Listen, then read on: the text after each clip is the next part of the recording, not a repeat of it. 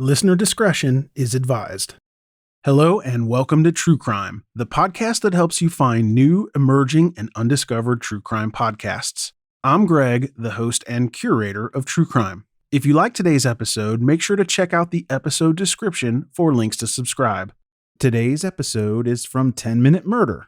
10 Minute Murder is a brief and bingeable true crime podcast. All right, let's get this show started. Begin. Blaze Bernstein was a kid that had a lot going on. Described as a generous and gentle person with a brilliant mind and a sharp sense of humor, Blaze was on his way to having everything he ever wanted in this world. That was before the promising teen suddenly disappeared, never to be seen alive again.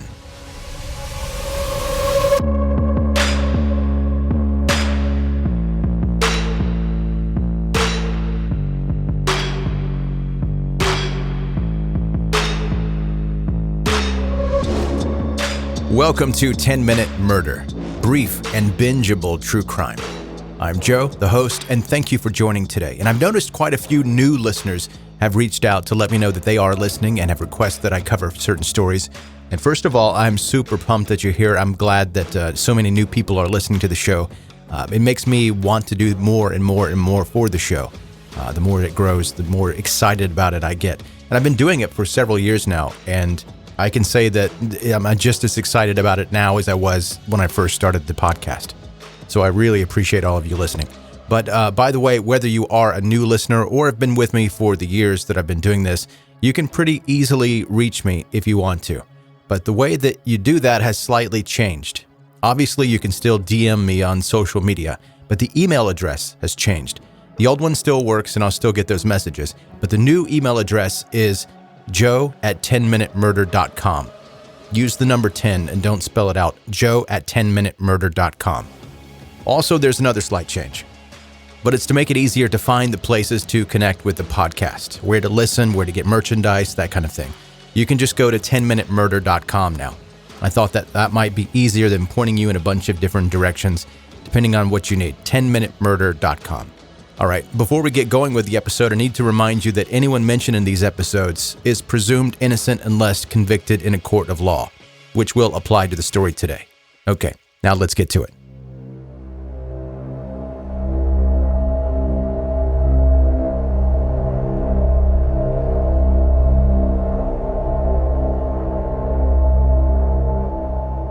Born on April 27, 1998 in South Orange County, California, Blaze was the son of Gideon Bernstein and Jean Pepper, who named him after the 17th century French polymath Blaise Pascal.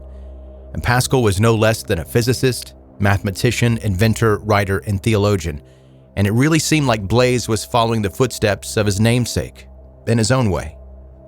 After graduating from Orange County School of the Arts, Blaze studied at the University of Pennsylvania, focusing on subjects like biochemistry, psychology, and poetry, in addition to community activism and food writing. Blaze definitely was not somebody who just went through life, but he lived it to the fullest and absorbed every experience. At the time he was 19 years old, Blaze was already an incredible writer, a gourmet chef, and considering a career in medicine. He was a little shy, but always friendly.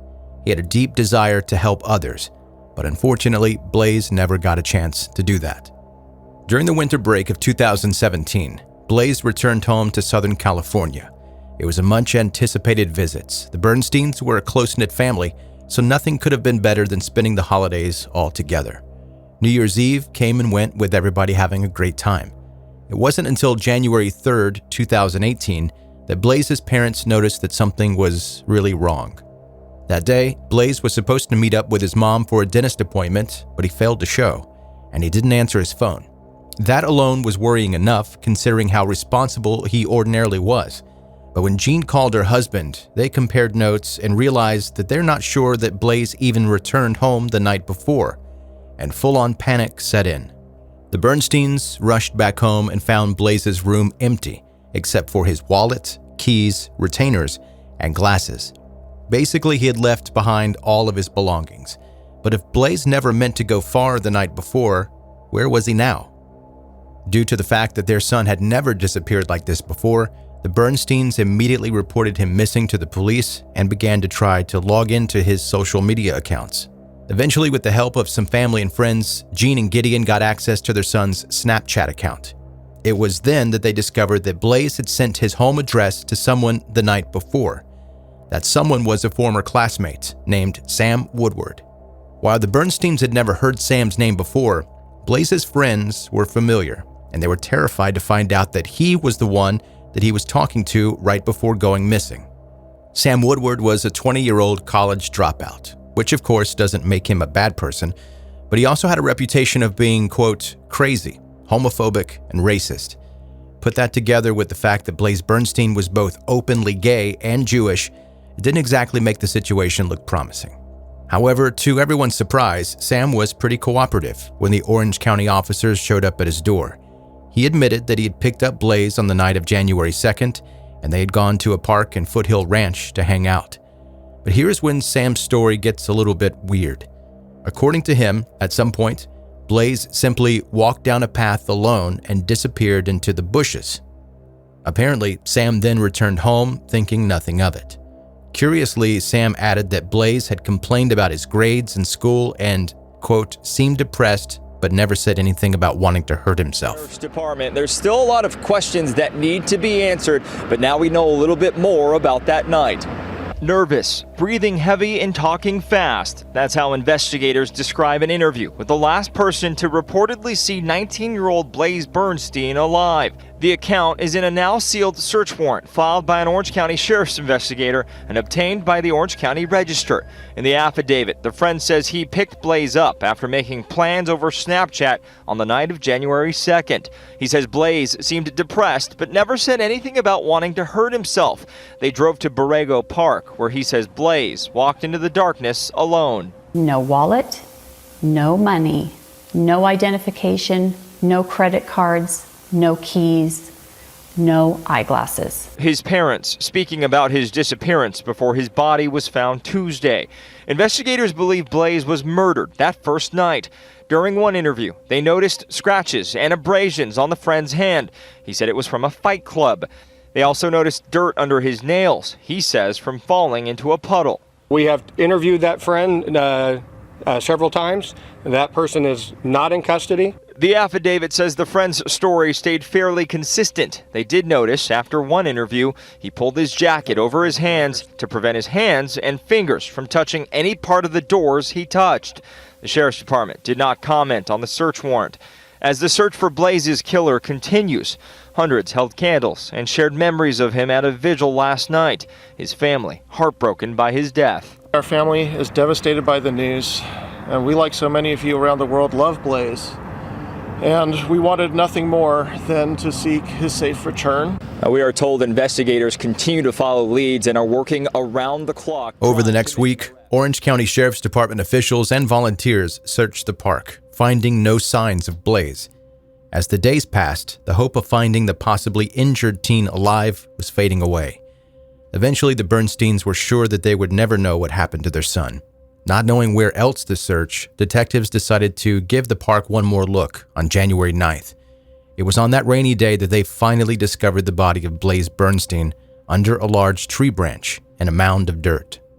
According to the autopsy report, Blaze had been stabbed 19 times in the neck and had defensive wounds on his right palm and several fingers. This had hardly been a spur-of-the-moment kind of thing. Someone had enough hatred in them to strike a defenseless person repeatedly with a knife in a murderous rage. As you are probably imagining the next thing to happen, Sam Woodward was arrested 3 days later on January 12th and charged with the murder of Blaze Bernstein. During the investigation, the police uncovered racist, homophobic, and anti-Semitic content on Sam's cell phone and linked him to a neo-Nazi organization called Atomwaffen Division. As a result, 2 charges of committing a hate crime were added to the list, to which Sam pleaded not guilty, as he did to the murder charge. It seems that Sam's defense is going to use his mental state as an argument in his trial. According to his lawyer, Edward Munoz, Sam suffers from Asperger's syndrome and has issues with sexual identity. In his initial statement, Sam claims that Blaze tried to kiss him while they were sitting in the parked car, after which he pushed the teenager away and watched him exit the car and walk alone into the park.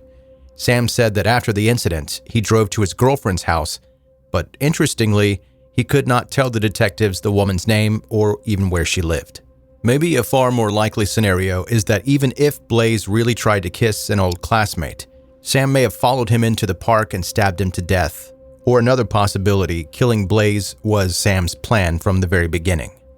Due to the COVID crisis, the trial has been postponed several times, followed by an Orange County judge temporarily suspending criminal proceedings altogether in July of 2022 due to concerns about Sam Woodward's mental competence.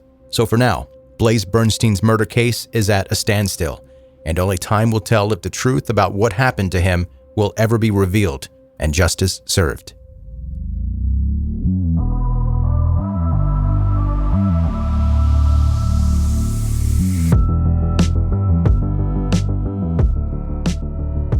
That's 10-Minute Murder for today. Brief and bingeable true crime.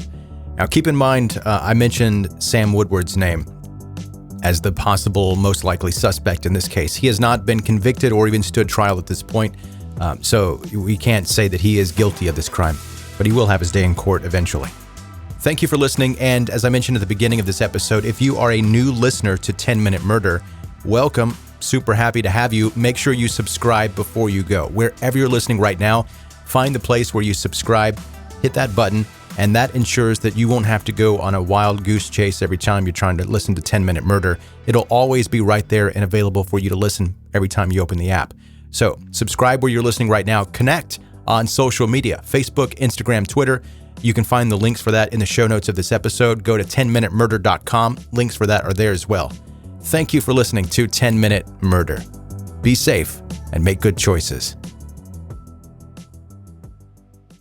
Thanks again for listening to True Crime by Indie Drop-In Network. If you would like to nominate a true crime podcast to be featured, just send me a tweet at Indie Drop-In. I'd also love to hear if one of our featured podcasts is now your favorite show.